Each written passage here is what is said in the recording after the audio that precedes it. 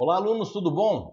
Bem, na hora de hoje, então, nós vamos falar sobre o existencialismo do filósofo Jean-Paul Sartre. Mas antes disso, a gente vai ter que falar um pouco sobre a questão da fenomenologia. Então, vamos falar um pouco aí do Husserl e um pouco do Heidegger, tudo bem? Então, vamos ver aí qual é o pensamento desse filósofo para a gente concluir aí falando com o existencialismo sartriano. Tudo bem, pessoal? Então, vamos lá. Espero que vocês gostem e que seja uma boa aula para todos nós. Bem, em primeiro lugar, vamos partir aqui das influências que os existencialistas tiveram, que é a fenomenologia do Edmund Husserl. Bem, o projeto fenomenológico, ele vai buscar então determinar os elementos que são inquestionáveis do real, certo? Sendo a filosofia considerada aqui então uma ciência suprema. Então esses caras eles partem da ideia de epoché, ou uma redução fenomenológica. É o caminho para um contato imediato dos seres humanos com os fenômenos originais das essências. Em outras palavras, a ideia de epoché é um exercício filosófico que, de uma forma análoga ao ceticismo metodológico do René Descartes, vai pretender aqui atingir os aspectos essenciais da realidade. Nesse sentido, a questão da fenomenologia, nós temos que entender que, similar ao método cartesiano, vai consistir a ideia, na ideia de suspensão do juízo que coloca o mundo entre parênteses. Então, deixa eu só diminuir um pouquinho aqui o tamanho da minha câmera, pessoal, que senão a gente não enxerga bem o slide totalmente aí. Então, a epoché, ela vai realizar-se, como um recurso psíquico, diante das informações que normalmente nós dispomos para o entendimento do mundo, que são temporariamente abandonadas com o fim de constatar aí o que resiste a essa suspensão do juízo. Aquilo que permanece intacto, as investidas, são sempre os dados que são passíveis de dúvida, ou melhor, aquilo que nós chamamos de essências, certo? Nesse sentido, pessoal, o que nós estamos tentando ver enquanto essência, essências são fenômenos. Fenômenos que são instituídos pela consciência humana, fatos concretos do mundo. Então, por exemplo, a essência do triângulo é que o triângulo sempre vai ter três lados. Não existe nenhuma ideia de um triângulo de 4 ou 5 lados, senão ele não seria triângulo. Tudo bem? Então é importante dizer que as essências, gente, elas são significadas na consciência humana. Ou seja, o que verdadeiramente permanece a suspensão dos juízos promovidos pela epoché, é a subjetividade humana a qual se apresentam os fenômenos essenciais. Então, somente a consciência humana que não pode ser colocada entre parênteses. O restante da realidade sempre vai ser colocado. Nesse sentido, pessoal, quando falamos de consciência fenomenológica, nós estamos caracterizando isso como uma ideia de intencionalidade. O que significa essa ideia? Ou intention, Significa que é um conceito que indica que algo diferente de si e revela que a consciência é sempre uma consciência de alguma coisa. Isso é, aquilo que se refere necessariamente a um objeto do qual se diferencia. Então, a ideia da fenomenologia está nisso. Então, você observa uma árvore, então, por exemplo, na rua, e você olha para aquela árvore, você tem consciência de aquilo é uma coisa que não é você. Tá? Então, a ideia aqui é isso, a ideia de diferenciação. Se aquilo é uma árvore, significa que eu sou outra coisa. Isso é a consciência de si. Tá? Então, a filosofia ela vai ser tida como necessariamente uma ciência das essências. E a fenomenologia, ela via para a humanidade real, com seus impasses, seus dilemas e suas expectativas que não se acomodam às proposições científicas convencionais. Nesse sentido, existem algumas questões humanas que estão além dos discursos das ciências experimentais. É importante entender que as questões humanas, então, elas são transferidas pela tradição fenomenologista e pelos existencialistas para o núcleo da reflexão filosófica existencialista.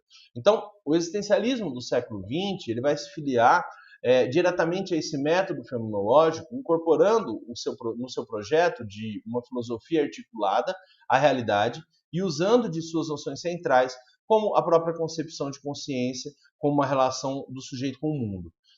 Entretanto, os existencialistas eles retiram a ênfase epistemológica do Husserl e vão substituir ela pelos problemas existenciais. Vamos ver como que acontece então no existencialismo, o que é mais importante aqui para nós nesse sentido. Então, em primeiro lugar, a primeira questão principal é o interesse pelo ser humano em sua existência singular e concreta. Em segundo lugar, a tese do ser humano como uma possibilidade ou como um poder ser.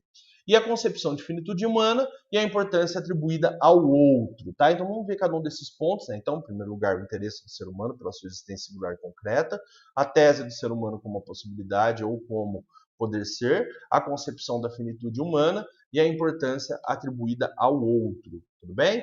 Então, o primeiro pensador aqui que a gente vai falar é o Heidegger, né, para a gente poder depois falar do Sartre, que é o mais importante da nossa aula, o centro do debate, né, e a questão do ser. Então, no seu livro Ser e Tempo, o Heidegger vai se propor a investigar o sentido do ser. Ao delimitar o ser, os sistemas filosóficos vão se confundir com os entes presentes na realidade, isto é, com a multiplicidade das coisas que nós observamos, com a diversidade de seres vivos e com os seres humanos que povoam o cotidiano. O ser humano, então, ele é o único ente que se interroga acerca do ser. Nenhum outro ser no mundo vai se interrogar acerca do ser. Por isso que ele se distingue de todos os outros entes, constituindo, então, né, como um modo específico de ser, ou seja, um ser existente. Diferenciando-se, então, da paisagem de um animal, o ser humano ele não se limita à simples presença que caracteriza todos os outros entes do mundo, efetivamente existindo. Tá? Então, ele não se caracteriza, né, se limita a uma simples presença. Ele efetivamente existe. Tá? O que isso significa? Significa que aqui o Heidegger traz para nós a ideia de Dasein. Dasein seria o modo de ser da humanidade, ou seja, a humanidade é um ente distinto que está no mundo e que se questiona a respeito do ser. Então, é a ideia do ser aí, né? O ser aí humano que mantém, em todas as situações imagináveis, uma relação ativa com os objetos ao seu redor. Com a realidade fática, na qual se encontra lançado e que se caracteriza pela abertura em relação aos seres humanos com os quais ele existe. Então, o Dasein, esse modo de ser da humanidade, né, que se questiona a respeito do ser, ele é necessariamente um projeto. Né? Um projeto de modo que nós existimos no plano do impessoal, do nós, que são absorvidos parcialmente em uma dimensão inautêntica. As sociedades contemporâneas, então, prevalece a inautenticidade do Dasein. Por quê? O mundo ele é regido pela técnica e ele acaba resultando no arrebatamento da humanidade pelas coisas. Então ele está fazendo uma crítica, né, às sociedades contemporâneas. É uma sociedade materialista e tudo mais.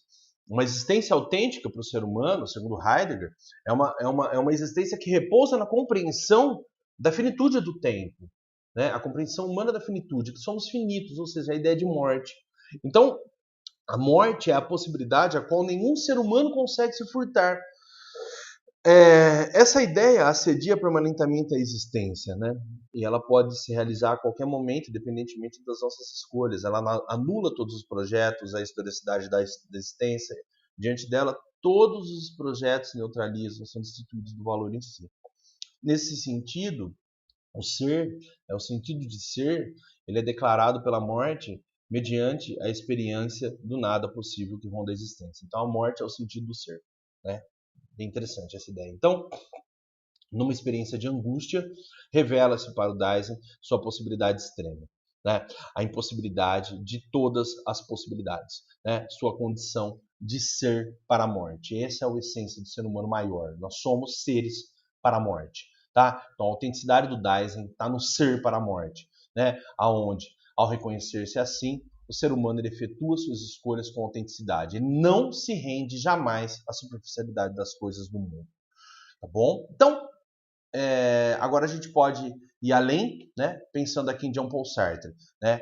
Fechando os 3 conceitos fundamentais: ser, liberdade e responsabilidade. Então, em primeiro lugar, a liberdade, segundo Sartre, ela é sempre conduzida, né? Ela é conduzida à radicalidade acompanhada da completa responsabilidade dos indivíduos por aquilo que eles são. Tá? Então, a liberdade ela é algo pesado. Por quê? Porque, ao mesmo tempo que somos livres, nós somos absolutamente responsáveis por aquilo que somos. Tá? Então, é nesse sentido que a liberdade ela surge como uma condenação. A gente já vai falar mais sobre isso. Então, o ponto central é que existe uma ausência de sentido, né, pré-determinado para a existência dos seres humanos. Esse é o fundamento, o ponto central do existencialismo é isso. Não há um sentido pré-determinado. Né? Nós somos integralmente responsáveis pelos sentidos, né, que nós conferimos à nossa existência. Então, a realidade, né, ela vai ser percebida como pura contingência, né? Ela não é necessária de maneira alguma, né? E ela é esvaziada de sentido. E essa ideia, né, vai estar presente na principal obra de Jean Paul Sartre, o Ser e o Nada, como a consciência do mundo em si. Tá? Então, apoiando-se na tese fenomenológica da intencionalidade da consciência, né, ou seja, de que a consciência é sempre consciência de algo, né, que a gente falou lá no começo, o Sartre vai registrar o ser em si, né, que o ser em si ele é sempre composto por objetos da realidade, ou seja, né, e a consciência, por seu turno, ela é originalmente vazia de um conteúdo próprio. Né? Nesse sentido, né, a realidade ela é percebida como pura contingência esvaziada de sentido. Né? Repetindo aqui, né? A consciência ela é vazia, né, de seu conteúdo próprio. Ela possui, né, o seu próprio ser. Então, como inexistente um conteúdo substancial da consciência humana, os seres humanos eles são totalmente destituídos de uma essência prévia, né, mas eles são repletos de possibilidades. Então, os indivíduos humanos não possuem uma natureza, né, um ser que condicione os modos da sua existência, etc. E assim sendo, eles são dotados de uma liberdade incondicional com a qual eles constroem o seu ser. Eles escolhem sempre a si mesmos. Tá? Então, desprovidos de uma natureza que determine suas condutas cotidianas e seus valores morais, os seres humanos elaboram seu ser nas suas ações com as quais protagonizam o curso das suas vidas. Isso, logicamente, é uma responsabilidade muito grande, né? É o que faz o ser humano ser condenado a ser livre, porque ele é responsável a isso. Toda e qualquer escolha, toda e qualquer ação, né, vai ter uma responsabilidade que às vezes pode ser muito negativa.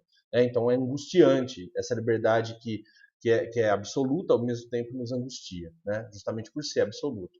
Então, não há uma essência que determina o vir a ser dos seres humanos rumo a um destino que lhe é fixado de antemão. E do mesmo modo, não existe uma subjetividade que preceda a existência dos seres humanos, dos indivíduos. Os indivíduos constroem-se como sujeito no processo da existência em um incessante percurso da consciência para si, ou seja, um processo de autoconhecimento, de autoconstituição da sua subjetividade, do seu ser e etc. Existir é ser livre, tá? Isso é um ponto central no pensamento sartriano. Isso exclui qualquer determinação externa para as ações dos indivíduos. Então, os indivíduos eles têm total autonomia para realizar suas ações, certo? Não existem determinações além de nós para as motivações que impelem nossos comportamentos. Para Sartre, até mesmo os motivos, né, somos nós que escolhemos, né, de modo que sequer as paixões podem ser validadas como condicionantes das ações humanas. Nós somos totalmente responsáveis, então. Sartre critica a ideia criacionista de que a essência precede a existência, segundo o existencialismo ateu. Né? Não há uma natureza humana originária de um Deus e nem mesmo existe, né? Um Deus que nem mesmo existe, um ser da humanidade que se manifesta em todos os seres humanos. O ser humano é um projeto. Ele é sempre um projeto que faz a si mesmo sua existência. Então, a existência humana precede a essência. Então, não é a essência que precede a existência, mas a existência que precede a essência. Nesse sentido, o Sartre traz para nós a ideia de uma relativização de todos os valores. Valores não são, né, não há dados anteriores que indiquem aos indivíduos as melhores escolhas. E não existem valores morais objetivos fixados de antemão às ações humanas. Apenas nós devemos escolher entre uma gama de possibilidades e não há qualquer sinais no mundo da melhor ou da mais certa escolha. Nós decidimos e ao decidir nós escolhemos sempre a nós próprios. Né? Muito interessante isso. Né? Então, o ser humano ele é condenado a ser livre porque, né, ainda que ele não tenha sido criado por Deus, não foi ele quem criou a si mesmo. Ele é livre porque uma vez que ele está no mundo, ele é responsável por tudo aquilo que ele faz.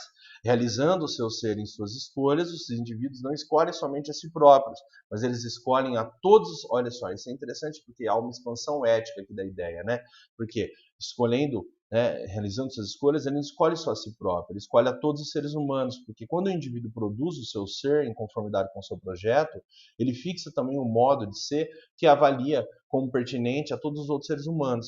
Então, na responsabilidade dessa escolha feita pelos indivíduos, como se o conjunto da humanidade devia se orientar pelo que ele faz, emerge aí a grande angústia do ser humano, né? Olha só que curioso, Sartre é ácido, né?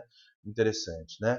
Então, essa é a ideia central aí do pensamento sartriano, gente. Então, não tem mais muito o que falar sobre ele, mas entender que ao escolher nós próprios, nós acabamos escolhendo toda a humanidade, porque nós avaliamos os outros seres humanos, nós nos orientamos a partir disso, e isso é extremamente angustiante, né? Sempre que você faz uma escolha, e essa escolha, ela leva em consideração outros indivíduos, né? Isso acaba, a possibilidade do desespero era muito grande, porque as coisas podem não dar certo, e nós nos tornamos responsáveis não apenas por nós, mas também para os outros, né? Então, a liberdade é uma angústia, né? Ser condenado a ser livre significa que nós estamos absolutamente angustiados constantemente em relação a tudo que a gente faz. Tudo bem, pessoal? Então, muito obrigado por essa aula. Se tiverem dúvidas aí, como sempre, né, deixem aí nos comentários ou entrem em contato diretamente comigo.